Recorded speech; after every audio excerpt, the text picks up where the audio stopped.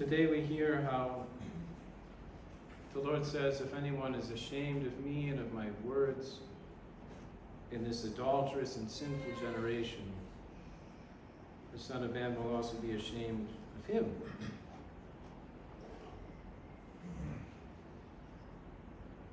The words that he's talking about clearly in this passage are what he has just said. That if you would come after me, deny yourself, take up your cross, and follow me. These would be words,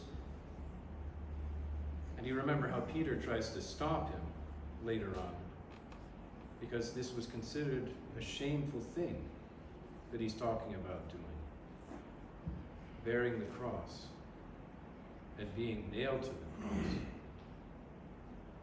And adulterous and sinful generation.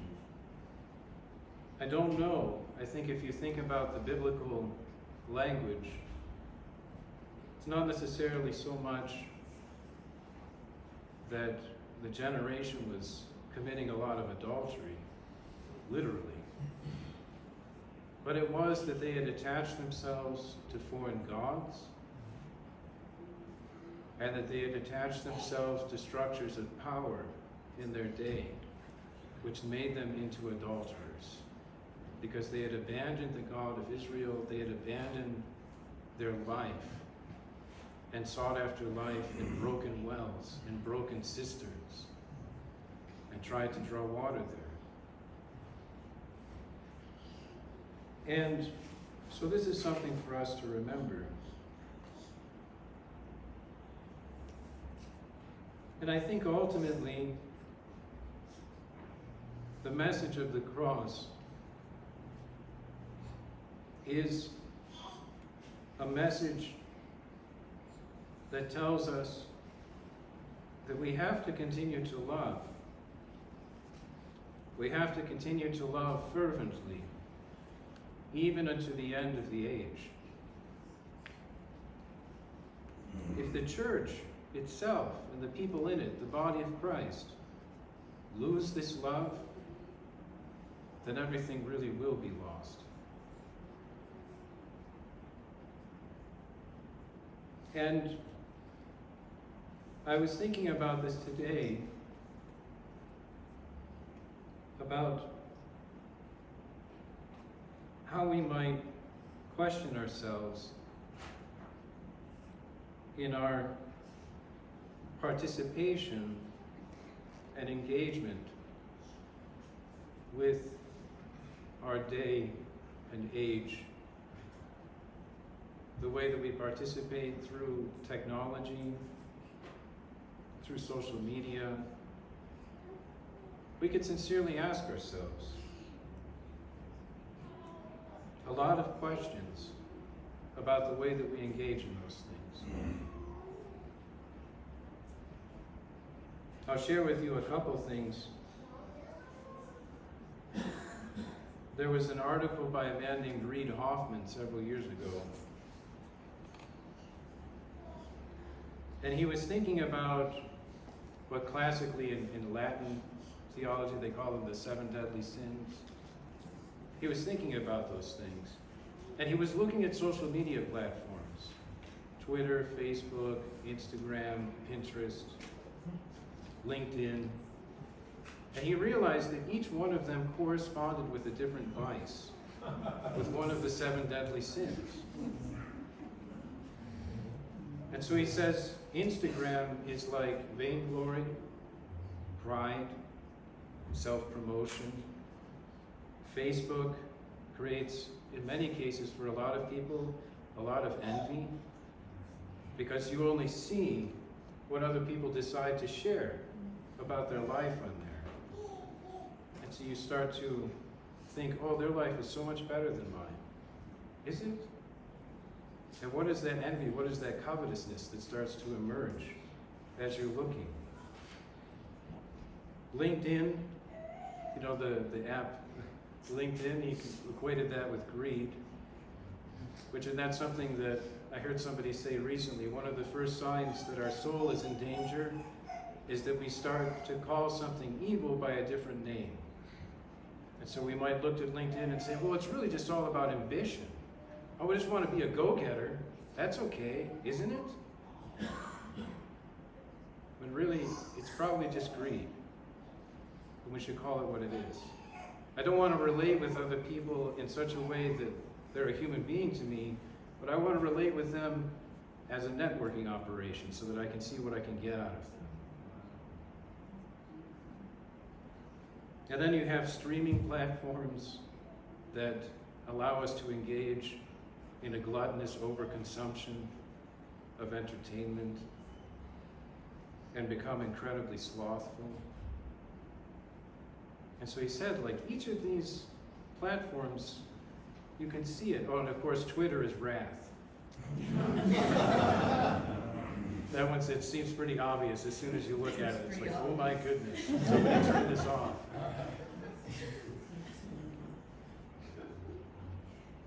And then there's another thinker, Cal Newport. He's a very interesting writer and commentator on social life today. And he describes a lot of the things that we consume online. So he compares it to food. He says some of the food that you eat is whole grain, and people are careful to find organic food and stuff like that. And you want to cook things that are minimally processed. So you want to eat stuff that, the vegetable was picked off of the vine, off out of the ground or off of the vine, and then you're going to eat it. And so there's very little that happens to it in between when you're eating it and when. And of course, there's a lot of time and there's slow effort that goes into those things appearing. There's a lot of work that goes into them. And then, of course, you have things that are a bit easier, and then you go all the way down the spectrum to like junk food and fast food, which is highly processed and really bad for you if you were to eat it all the time. And it's the type of thing that really nobody needs it in their life. You just don't. But it's there and it tastes good, and so you have it every once in a while. And if you have it too much, it starts to become really unhealthy.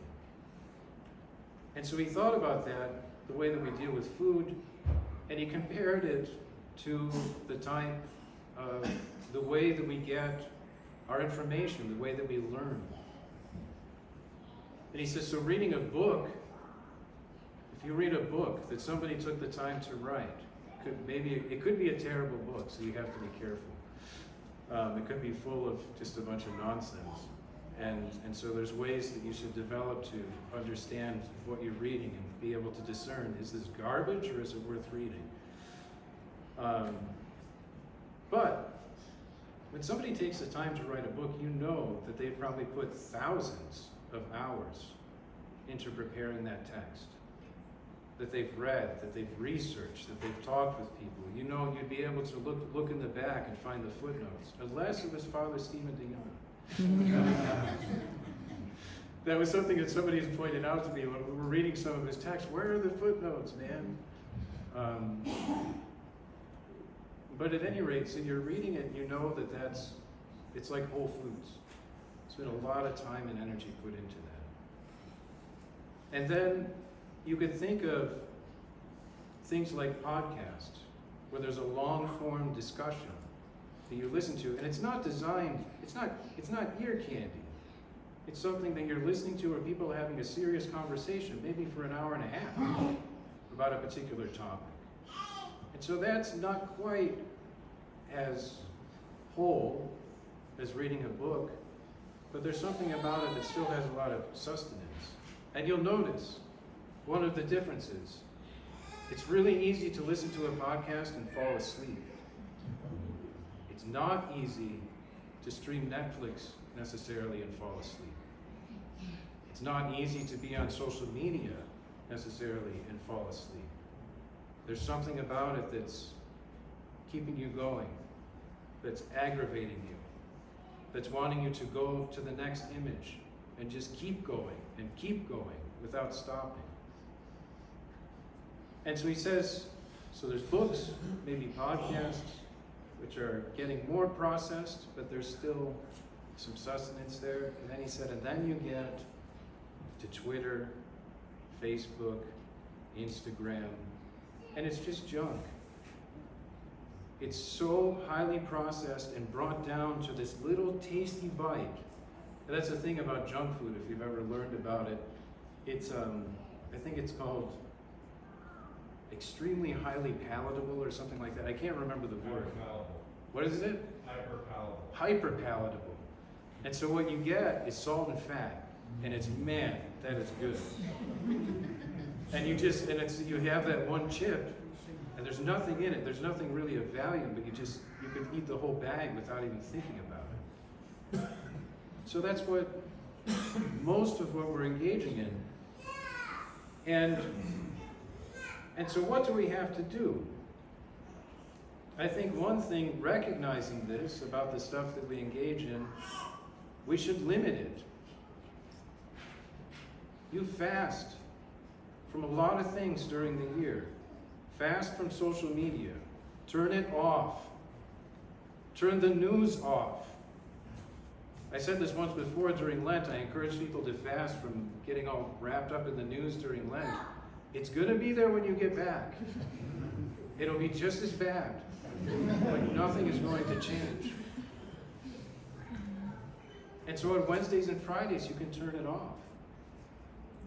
Just like you refrain from eating meat and dairy and all these other things on those days. Because there's a recognition there that too much of this isn't going to be good for me. You could also ask the question of whether you even need this in your life at all. You don't ever need a bag of Doritos. You just don't.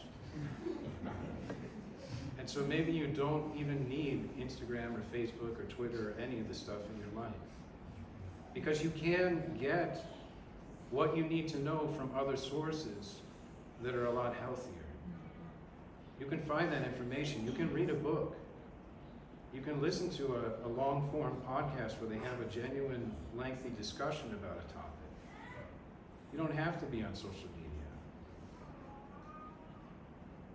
And so those are some things to think about, especially because there's something else about it, about the character of the way that we engage with these things.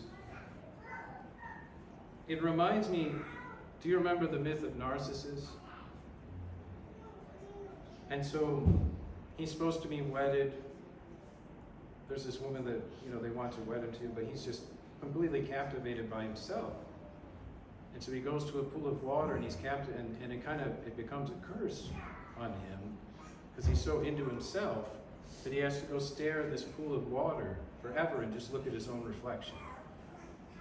And he can never be satisfied, because it's just an image. It's not real.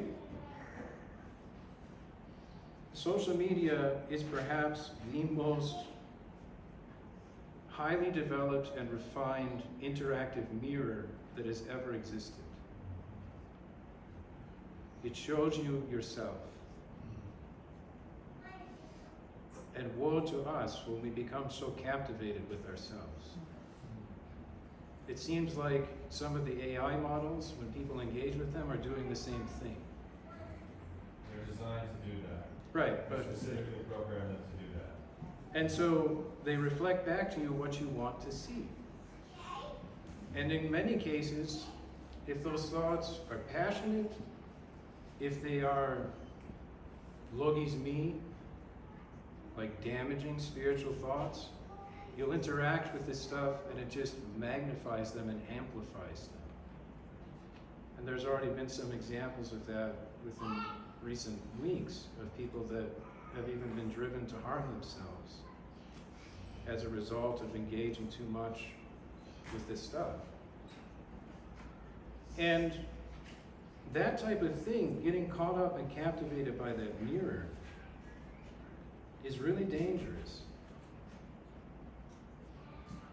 And so there's a lot of stuff there. Now, returning to what we started with, the church needs to be the place where love continues to be expressed in all of its fullness. and in all of its fullness means that even going all the way to the cross. And so, because we live in this world, and in many instances, like I said, you never need a bag of Doritos, but in school, in work, in so many areas, you will have to engage to a degree with social media. Even if it's just using WhatsApp or something like that to stay in contact with people. It's sort of inescapable.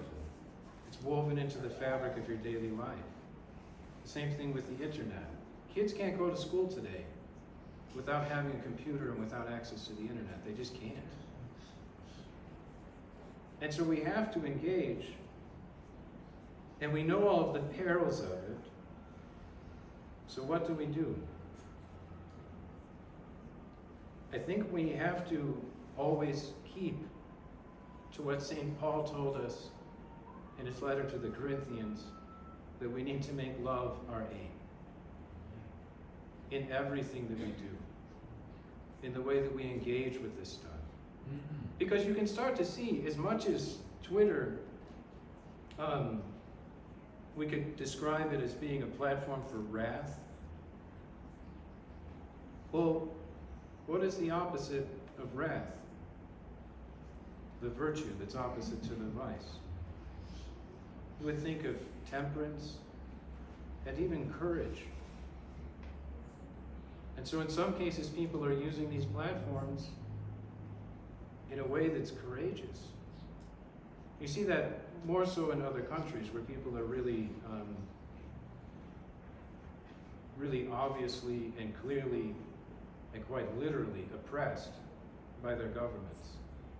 And so they end up using these social media platforms in a really daring and courageous way. They're not trying to spread hatred, but they're trying to live. And so there's a way to use Instagram. Instead of turning it into a place of pride and vainglory, there's, for instance, there's an iconographer that I really appreciate, George Cordes, who puts a lot of his work onto Instagram, and so you can actually see a lot of videos of him painting icons. There's usually beautiful music playing. You know, and it's like, if you see that, you encounter that during the day, and even though it's a potato chip, you know, like it's not telling you all that much. It's this little video, and you see it, you know, and there's clips, and so, you know, he starts with a simple drawing, and then 2 minutes later, suddenly there's a finished icon. How did that happen? I don't know, you know. And so it is a potato chip, and you don't want to eat that all the time, but it's something that people could taste it, or would actually add value to their life. It would show them something beautiful that maybe they wouldn't be able to see otherwise. And I think that that's an example of engaging with these things out of love.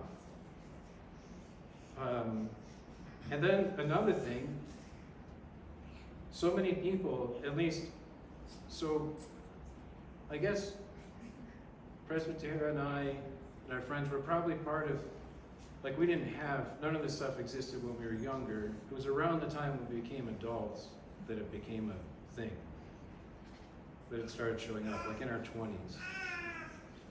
And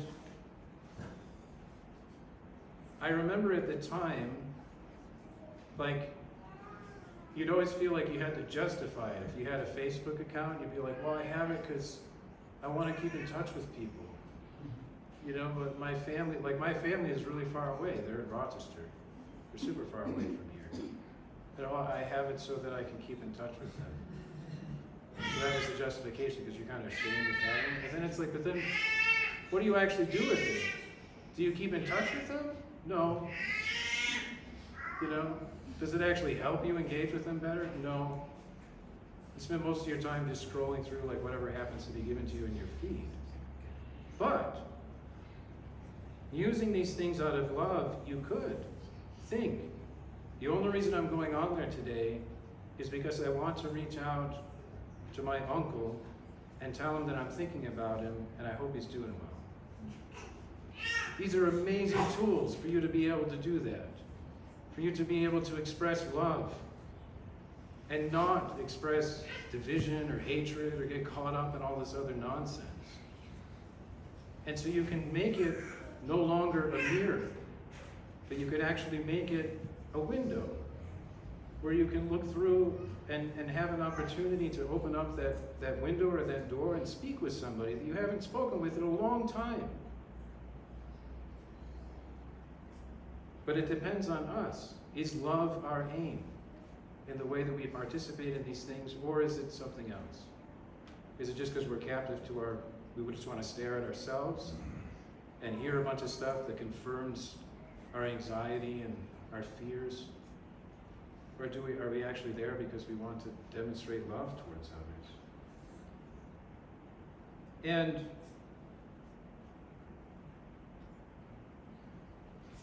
I could say a lot more. But let's read. I'll read to you from St. Paul. 1 Corinthians 13. Just to remind us of the centrality of love to the Christian faith and what that actually looks like. Because we use the word, and I don't know that we get into deep about what it means. But St. Paul says, and then we can try to say this about our participation, our engagement with the world. Love is patient and is kind. Love does not envy. Love does not brag. It is not proud. It does not behave inappropriately. It is not self-oriented. Love does not take offense and does not keep track of evil or keep a record of wrongs. It does not rejoice in unrighteousness, but rejoices with the truth. Love bears all things, believes all things, hopes all things, endures all things. Love never fails. So imagine if we could say that about ourselves as Orthodox believers. The way that I engage with social media and the way that I engage with others in this world is patient and kind. I do not envy. I do not brag. And this is a difficult thing to say. I am not proud. So as soon as you say that, right? Like you're proud. I do not behave inappropriately. I don't act in such a way that's self-oriented. I don't take offense from others. And I don't keep track of their wrongdoing. I do not rejoice in unrighteousness, but rejoice with the truth. I bear all things, believe all things, hope all things, endure all things.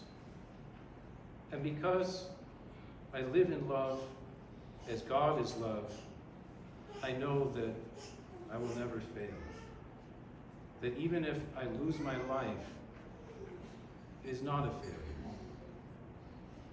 As the Lord said, that he who seeks to save his life will lose it. But he who loses his life for the gospel's sake and for mine will save it.